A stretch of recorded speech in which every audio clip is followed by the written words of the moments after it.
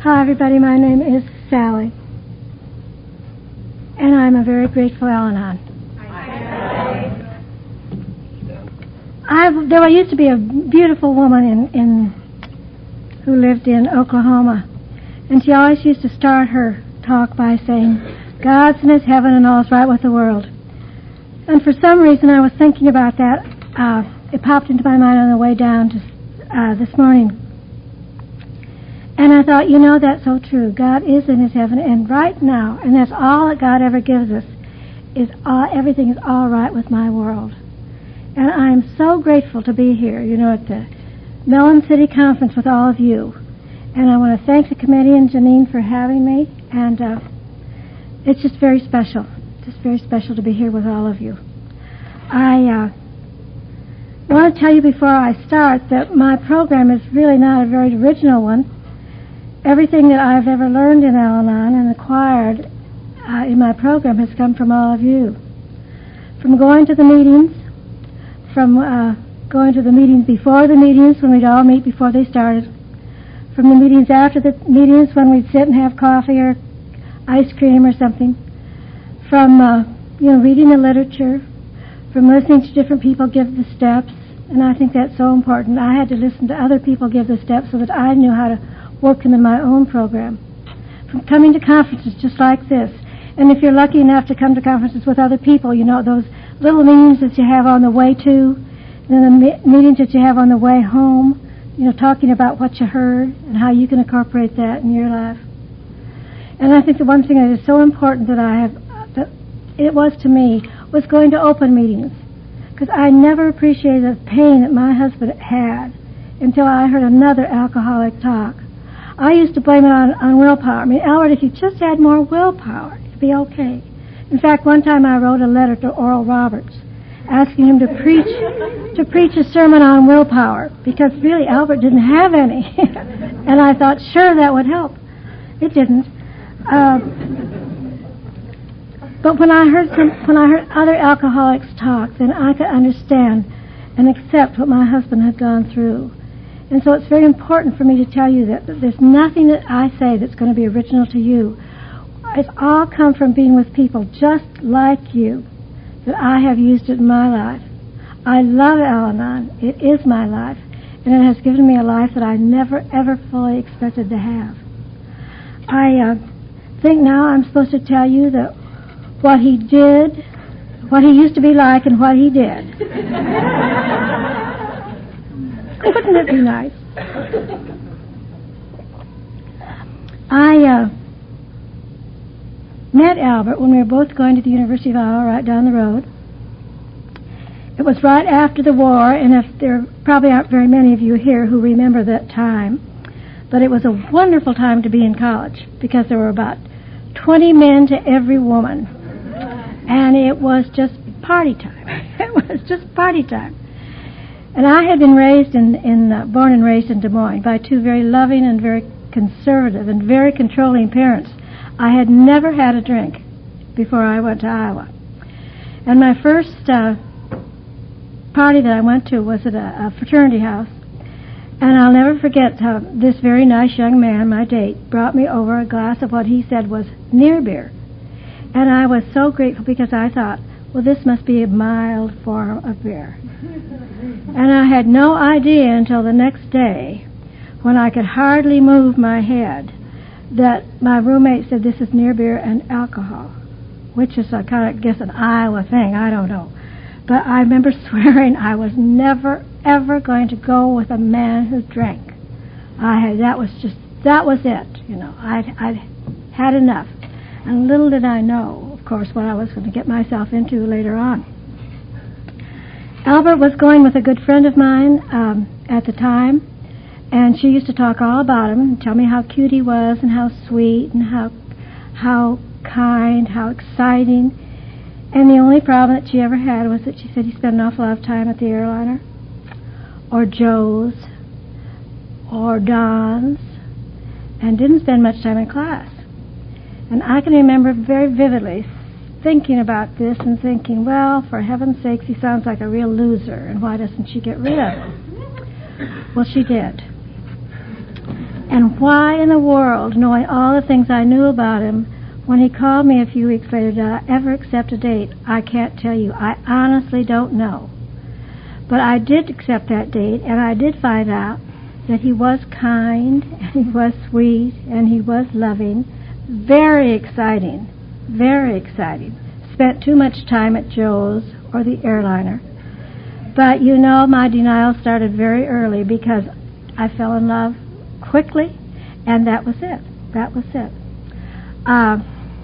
We talked about some of his drinking, and Albert always used to say to me, "Oh, I'm just, sowing those wild oats. I'm just out of the Navy and having fun, and don't worry about it. There's no problem. I haven't any problem."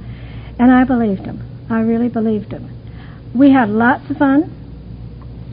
And when I told my parents about him, they came down to see him, to meet him.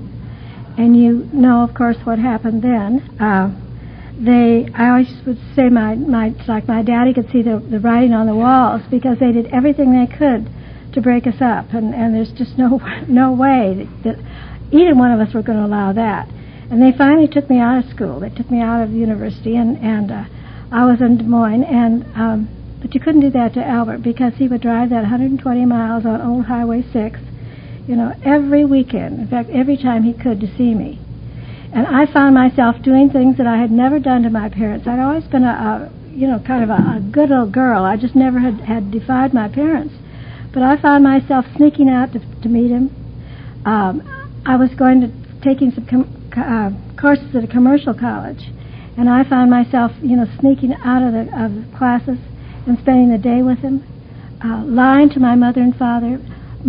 His hold on me or my hold on him, I don't know which it was so great that, he was the most important person in my life. Absolutely. After much pleading and begging and crying, they finally relented, and we were married June the 19th of 1948. And we set out to have a wonderful marriage. I had these dreams of the knight on the shining armor who was going to take care of me, and I fully believed he would. We bought a little GI house in Des Moines amidst a whole bunch of other little GI houses for $8,700. I'll never forget it. When they raised the rent from 50 to 52, we were just devastated. But it had 4 rooms, and it was a palace to us. It was just a real palace. We loved it. We had no money, or very little money. Albert was working at a wholesale house as a stock boy. We didn't have a car, and I used to fix his lunch for him in the morning, and he'd walk down to the streetcar to the bus line, and he'd get on the bus and go to work.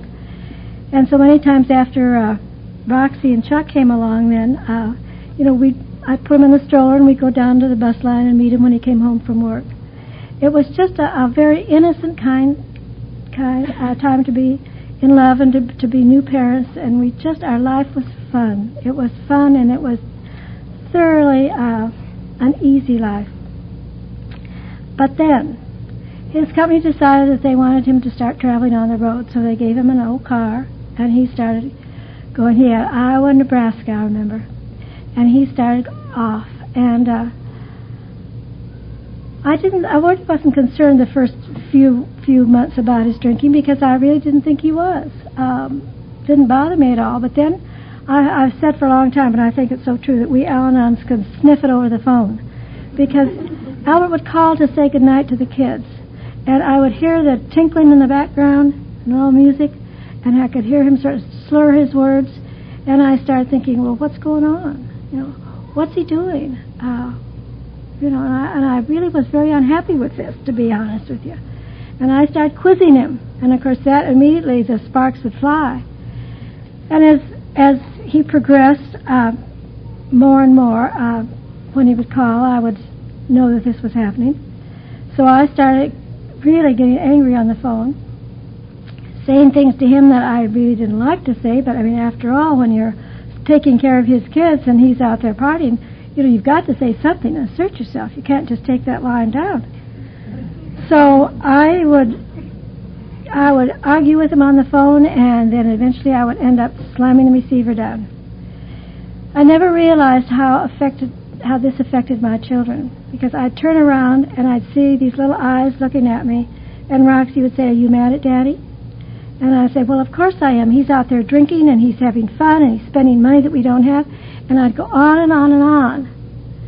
And then he'd come home that following Friday night, and he'd walk in the door, and I'd act like there's nothing happened.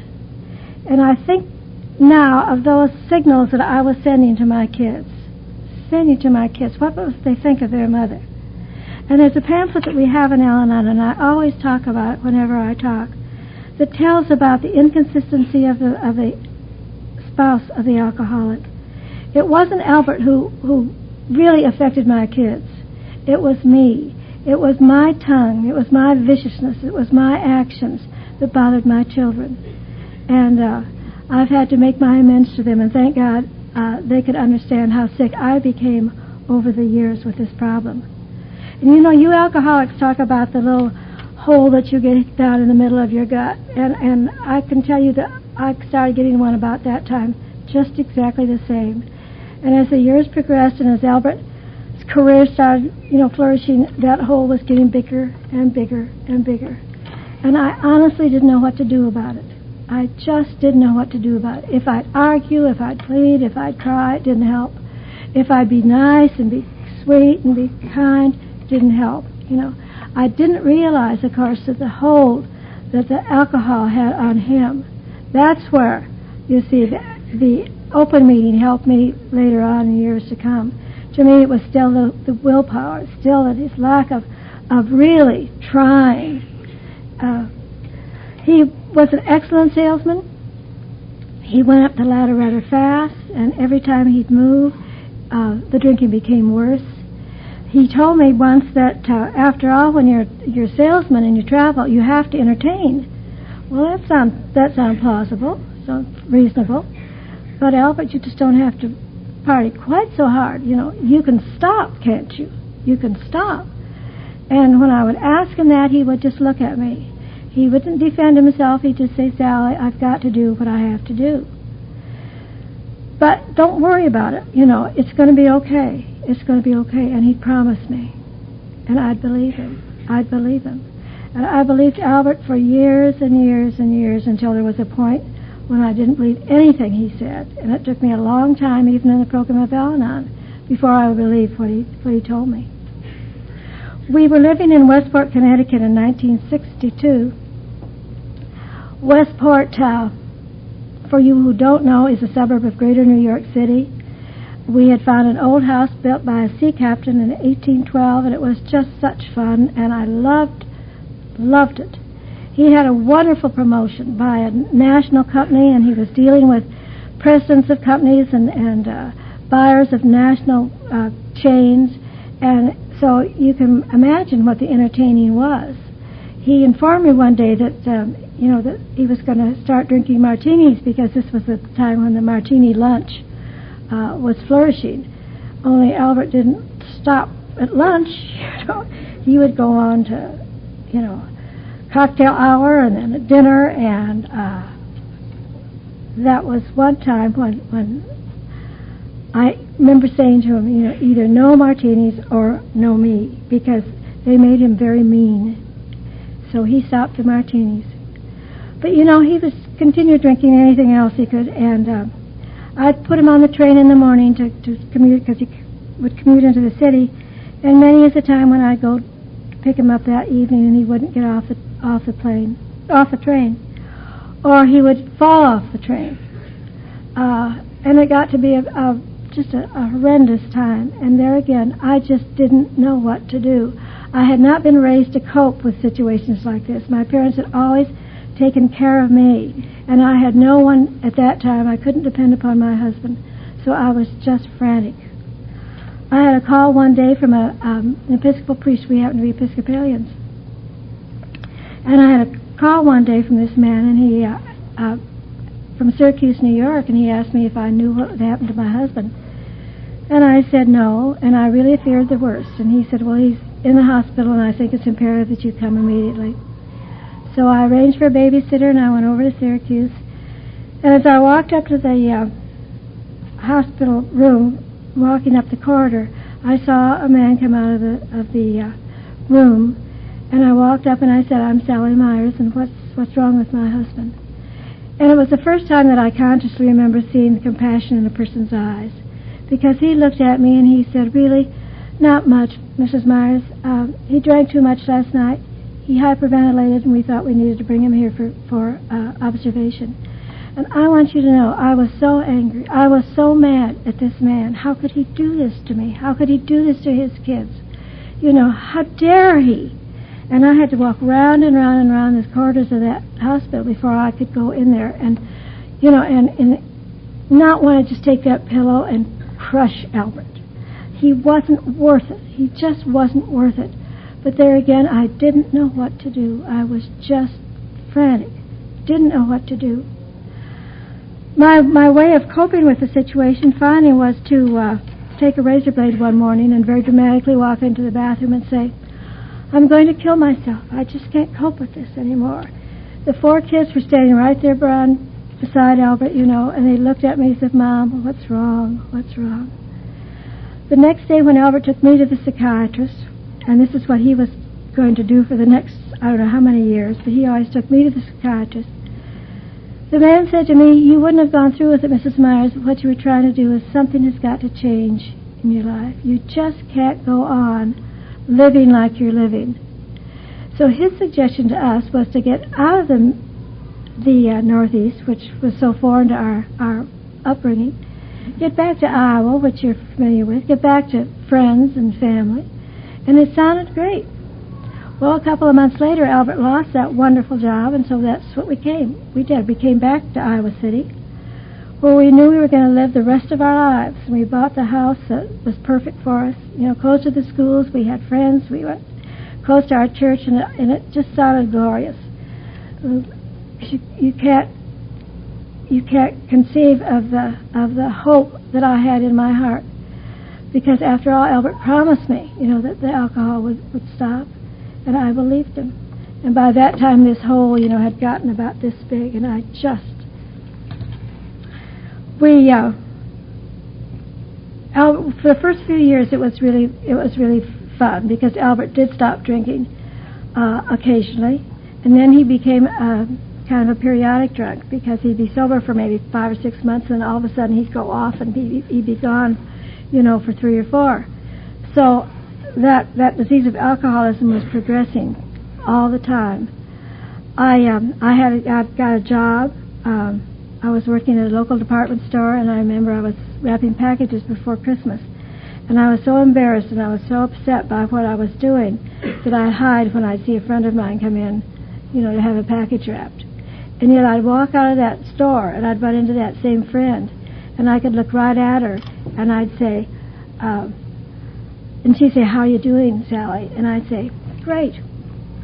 My life is perfect. You just don't know how wonderful my life is. I've got this husband who loves me and these 4 kids that are great."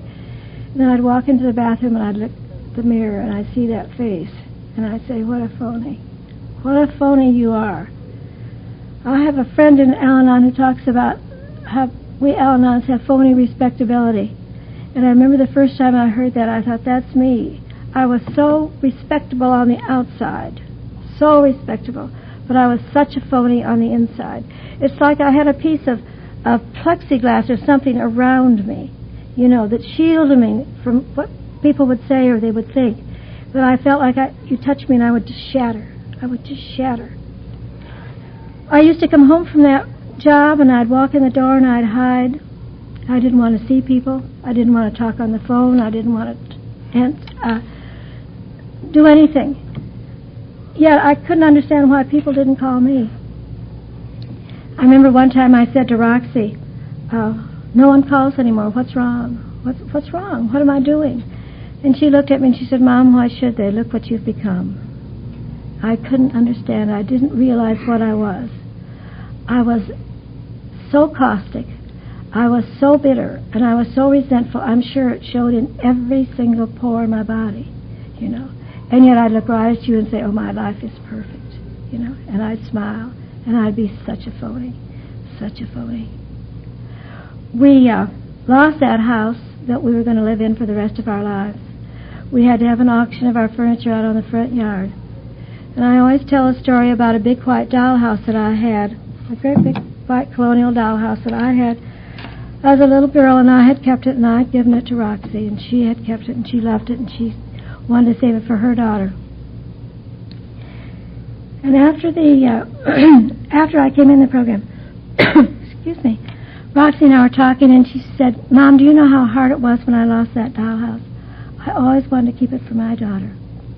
And I had to look right at her and say, no, I never, ever thought of my children. I was so involved thinking about her father and what he was doing to me, how he was affecting my life, how awful I felt because of him. I just didn't think of my kids. I was a good mother, functionally, to them, but I know how much I let them down in so many areas, and I had to accept that and live with that and make my amends to my kids. And thank God, as I said, they could see how sick I was. We moved to Shreveport, Louisiana in 1972, and Shreveport, Albert had gotten a job. I don't know how, but he got it. And it's a year that really I don't even like to think about, because he was drinking by that time around the clock. I didn't know where he was, and honest to God, I didn't care. I just didn't care. I knew that I would stay with Albert until John was out of high school, because I knew that I could not take care of a teenage boy. My emotions were so skitterish that there's no way that I could take care of John. So I just existed. I remember thinking, I was living 24 hours a day long before I came in the program, just round the clock. I'd get up in the morning, I'd go to work, I'd take John to school, and then I'd go to work. I'd leave the work, and I'd come home, pick John up, go home, fix him dinner, go to bed, get up the next morning, round and round the clock. Albert would call me, and I didn't care. I didn't want to talk to him. He was in East Texas, traveling on September the 7th of 1973. And he doesn't remember how he got there, but that night he was arrested for DWI by the Shreveport policeman and put in jail. And when he had his hearing the next day, the judge told him, either you clean up your act, Mr. Myers, or the next time it's 6 months in the pea farm. I firmly believe in angels, because that night, as we walked up the sidewalk of the Southfield Episcopal Church to the Southfield AA group, there was an angel who met us at the door. And she looked at Albert and she said, "Come on in. We've been waiting for you." And he didn't have another drink from that day until the day he died, May the 8th of 1997. And I don't know which of us is more grateful, to be honest with you. He was like a sponge. He loved AA from the very start. He went to meetings every night, every day, constantly. And I can't say the same thing about Al-Anon. I went because he asked me to go, but I really didn't get much help from it. I listened to the people's stories, and I couldn't relate. After all, they had not suffered like I had suffered. And yet, I saw the hope in their faces and the hope in their eyes, and that's what kept me going. Albert got a sponsor, a great, big, tall Louisiana gentleman, and he was a gentleman. And Bill took him by the hand, and he started telling him about the steps and the program. And I picked his little wife, who was just little tiny Ruth, as my sponsor. And the two of them were precious individuals. They were angels also. And they were so good to us. They'd take us out to dinner, and they'd have us out to their house on the edge of Shreveport. And we would do things with us. And Ruth she knew better than to be real stern with me, but with lots of love, and very gently. She started telling me about the program and what I could do if I wanted to. And they were a couple who had lived through an awful lot. They had put their marriage back together, and this is what they wanted for Albert and I. And Bill used to talk to Albert about this. And Albert came home one day and he said, you know what Bill suggests that we do to help our marriage, and I wasn't really sure yet that I want to keep this marriage, to be honest with you, but I said, okay. He said, we need to have our meditation together every morning. I said, what? And he said, no, we need to pray every morning together. He said, I'll have my prayers and then you can have yours, but together we need to pray. He said, see, Bill says, if we bring God into our individual lives, we also need to bring God into our marriage. So we did that for the next 28 years, you know. And let me tell you, it's one of the things that I really miss. I really and truly miss. Because it was a very special time for both of us to have our prayers together. And then one day he came home and he said, well, Bill says now I need to start to date you. And I said, what? He said, well, the romance is out of our marriage, and that's for sure. There wasn't much romance in that marriage. And he said, Bill says we need to kind of get to know each other. Not like we used to be, but like we're trying to change our lives now. So we started out dating. We'd go out for dinner one night, or we'd go to a movie, or we'd just go walk around the block. You know, we just had some special time that there was no AA, no Al-Anon, but just Sally and Albert, so that gradually we would get to know the new people that we were becoming. And it's another thing that Albert and I did until the day he died. You know, we would just have a wonderful time together, just the special time. And I became the wife, I think, that he always wanted, and in the same token, he became the husband that I'd always dreamed about, that night on the shining armor, you know. And it was a neat way of bringing our marriage back together. One day Ruth said to me, do you mean what you meant all those many, many years ago when you made your vows to love, to honor, and to cherish till death do you part, through sickness and through health? And I said, yes, I meant it at the time. And she said, well, if you did, Sally, then what you need to do is you need to put the principles of AA, of Al-Anon, in your life, and Albert can put the principles of AA in his life. And the two of you can mutually work together to put that marriage back together. And so this is what we started to do. Not because I particularly wanted to, but because I was so enraptured with this couple, as Bill and Ruth. They reminded me, I guess, a lot of my grandparents, my maternal grandparents, whom I dearly loved. But they were so dear and so sweet, and I could see what it had done for them, and that's what I needed. I needed to see. You know, I could intellectualize it all perfectly, but to see the end result was what I needed. We moved to Dallas in December of that year, and we hated to leave Shreveport. It had been so meaningful to us and so dear. But Albert had gotten this wonderful job, and this was what Bill said, no, you need to go. And you've always got AA and Al-Anon wherever you are in this country. So we took John, who was still in high school, and we drove to Dallas. And it's after Shreveport, Dallas is a great big city, and believe me, it still is a great big city. But then we started out looking for AA clubs. And first we would go to one, and then we would go to another, and then we would go to another, always looking for what we had in Shreveport, of course. And finally, after we'd been there a few months, we were taking some clothes to a cleaner's not too far from where Albert worked. And I happened to see an AA logo on the door of this, on the right beside the cleaner's.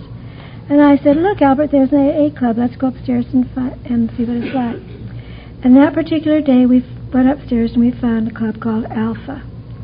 Now, I have to tell you what Alpha was like, because it had been formed about 6 months prior to this by about 60 people, couples, who wanted a club where they could work on not only individual problems, but also family problems, problems with their kids.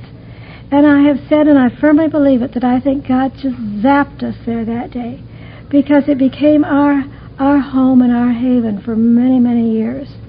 And some of those same people are still alive, God bless them, and I just cherish what they were able to give us over the years. I was still really very full of a lot of resentments and a lot of bitterness. And one Saturday, because as I said, I don't think anyone ever had gone through what I had gone through. After all, I was such a martyr. I loved being a martyr. I just, if I could have worn that gold crown up there to let everybody know what happened to me, I would. But one Saturday night, we went to a little small discussion meeting. It was one that Albert and I had gone to before. And I would never talk. I was full of fears, and I figured no one would care about me, so I just would always say, my name is Sally, and I'm an Melon, and pass.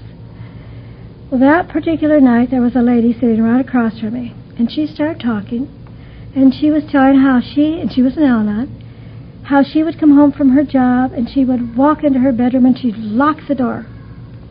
She would never talk on the phone. She would never, do anything to be a friend to anybody. And I sat there and I thought, well, she's telling my story. That's what I went through. My heavens. And I went to her after the meeting was over and I said, did that really happen to you? And she said, yes. And then she went on to tell me some more of the things. And I realized at that time, that we all get here on a different path, but we all share the same feelings and the same emotions. And from then on, I was able to say, my name is Sally, and I'm an Al-Anon, and I could talk. Because my story is not so different. I didn't suffer any more than anybody else, and how grateful I was. I've never seen that woman since, but she was there for me. She was another angel in my life. I was told, of course, that I needed to get a sponsor, which I did. I kind of hunted around and finally found a woman that was just about my age, and had children just about my age. And I just dearly loved her.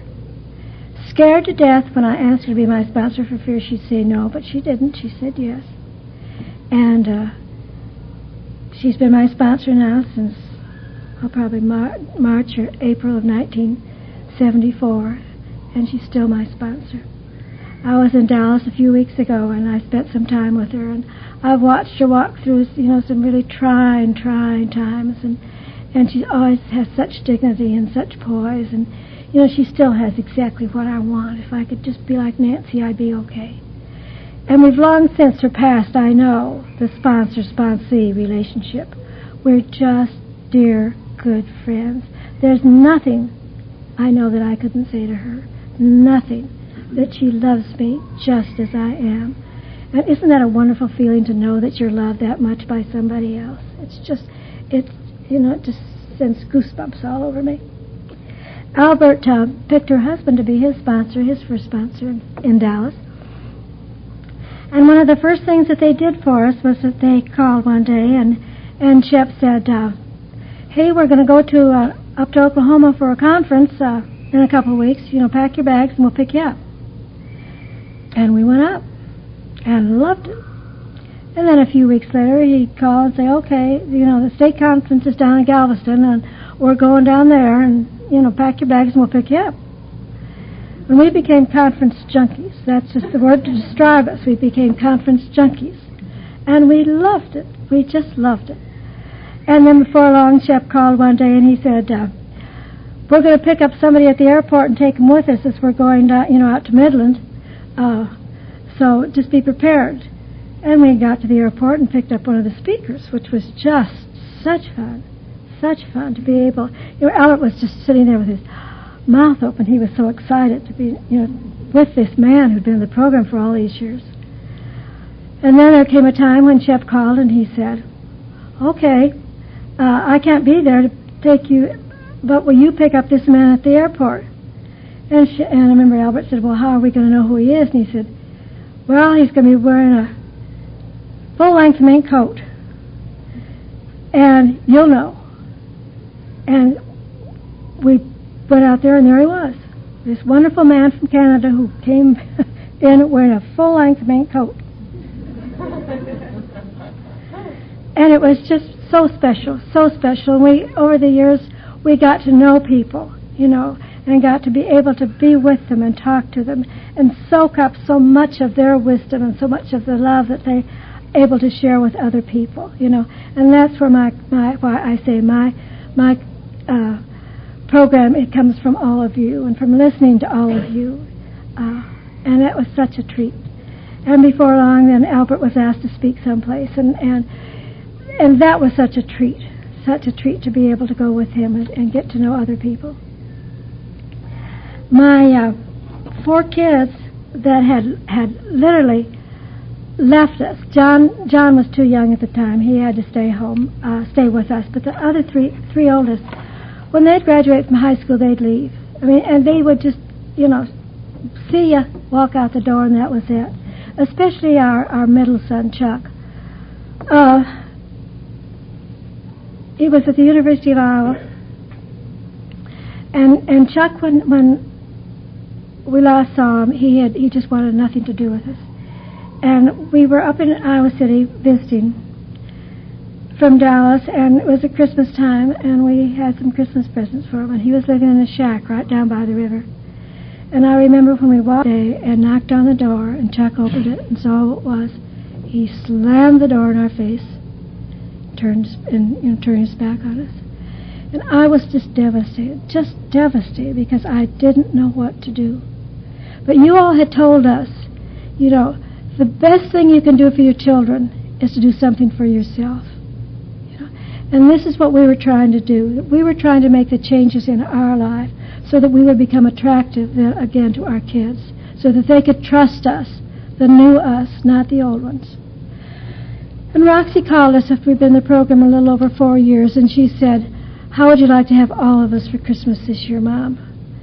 And that year, I remember sitting at the dinner table and looking around, thinking, "Thank you, Father, and thank you, Alcoholics Anonymous, and thank you, Al-Anon." Because without what you all had done for us, what you had given to us, you see, we would never have had those children with us, you know. And it hasn't been easy. It's been a long struggle. You can't just change things overnight. I'd like to, you know, but I found I couldn't. And I was 25 years, you know, becoming the resentful, unhappy mother that I was. I had to take the time to change to become the kind of a mother that the kids wanted, you know. And I'm impatient to begin with, so it was hard for me to sit back and relax and go to meetings and do what I was supposed to do, knowing that eventually it would work. And it has.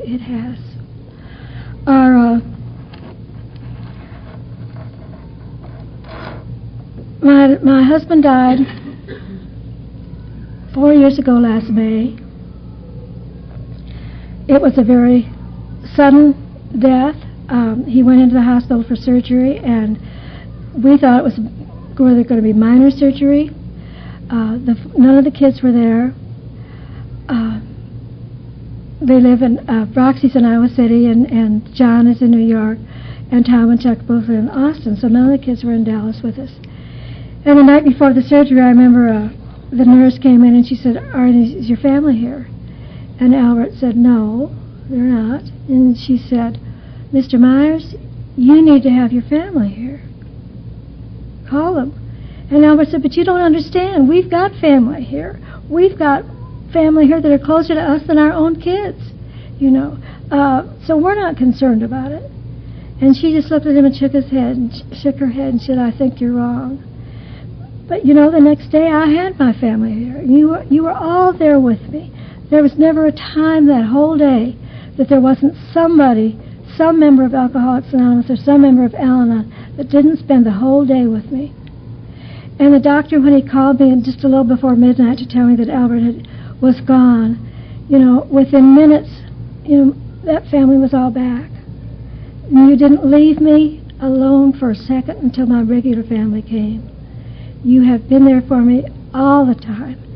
And There are things that I can tell you that you would understand about me and understood about Albert that my own kids wouldn't, and how wonderful that is to know. I stayed in Dallas for a couple of years. I decided I just knew deep down inside that I needed to do something. I wasn't sure what it was, but I know I needed to do something. And I'd get down on my knees at night and I'd pray, please, dear God, show me some kind of a light, show me some kind of a path that I need to follow. And I came up and I visited Roxy. It'll be 3 years ago in October. And as I got off the plane, I remember thinking, this is it. It was Indian summer. And Iowa in the fall is absolutely my favorite time of year. And the sky was blue, and I could see the leaves were turning, and the only thing I missed was the smell of burning leaves, because that was just all part of Iowa in the fall to me. But I just knew that this is where I should come. And even though I'd been raised in Des Moines, Roxy was here in Iowa City, and so I thought, well, I'll just go be with her. And I went back to Dallas, and I moved up here just 2 years ago, the 1st of September.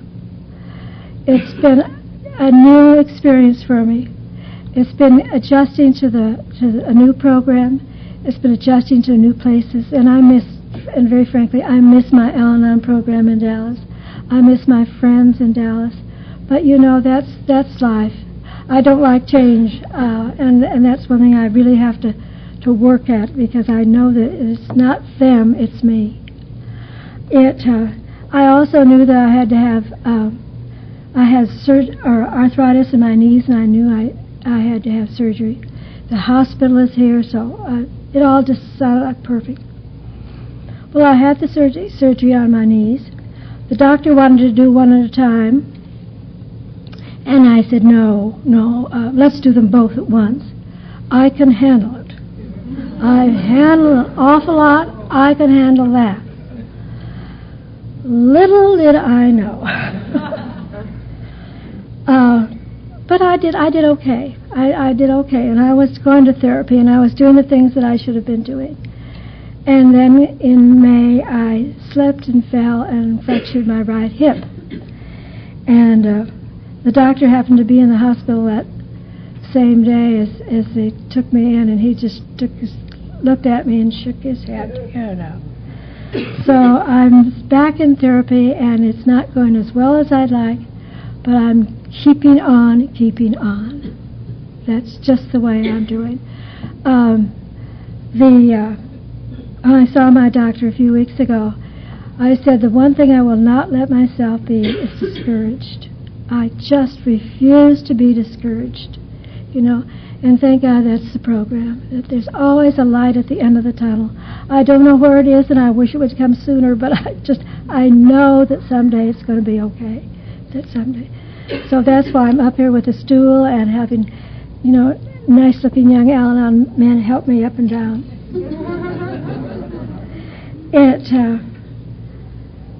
I never know how to end these talks. I'm grateful to be here, to be with you.